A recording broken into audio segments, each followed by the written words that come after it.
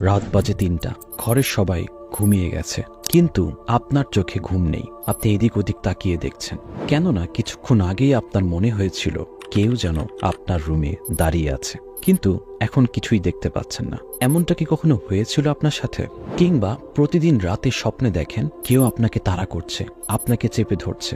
সকালে যখন ঘুম থেকে ওঠেন, শরীরটা একদমই নিস্তেজ হয়ে থাকে, ঘাড়ে ব্যথা, এমনটা মনে হয় যেন সারা রাত ধরে কেউ আপনার উপর নির্যাতন চালিয়েছে। আবার এমন কি কখনো হয়েছে আপনার সাথে যে ঘরের কোনো একটা জিনিস কোনো একটা জায়গায় ছিল, কিন্তু হঠাৎ দেখেন সেই জিনিসটা সেই জায়গায় নেই, অথবা খুঁজে পাচ্ছেন না। আপনি যখন বাড়ির সবাইকে জিজ্ঞাসা করেন যে এই জিনিসটা কে সরিয়েছে, তখন বাসার সবাই একযোগে অস্বীকার করে যে তারা এটা সরায়নি।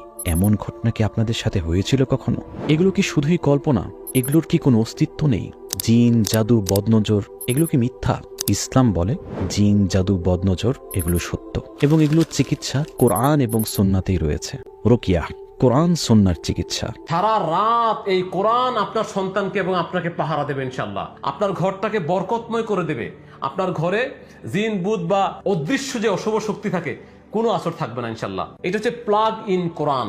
أعوذ بالله من الشيطان الرجيم মানে হচ্ছে আপনি আপনার ঘরে এটা লাগাবেন, পুরো সময় তেলাওয়াত বাজবে, কন্টিনিউ তেলাওয়াত বাজবে। সারা রাত এই কোরআন আপনার সন্তানকে এবং আপনাকে পাহারা দেবে ইনশাল্লাহ। আপনার ঘরটাকে বরকতময় করে দেবে। আপনার ঘরে জিন, বুত বা অদৃশ্য যে অশুভ শক্তি থাকে, কোনো আসর থাকবে না ইনশাল্লাহ।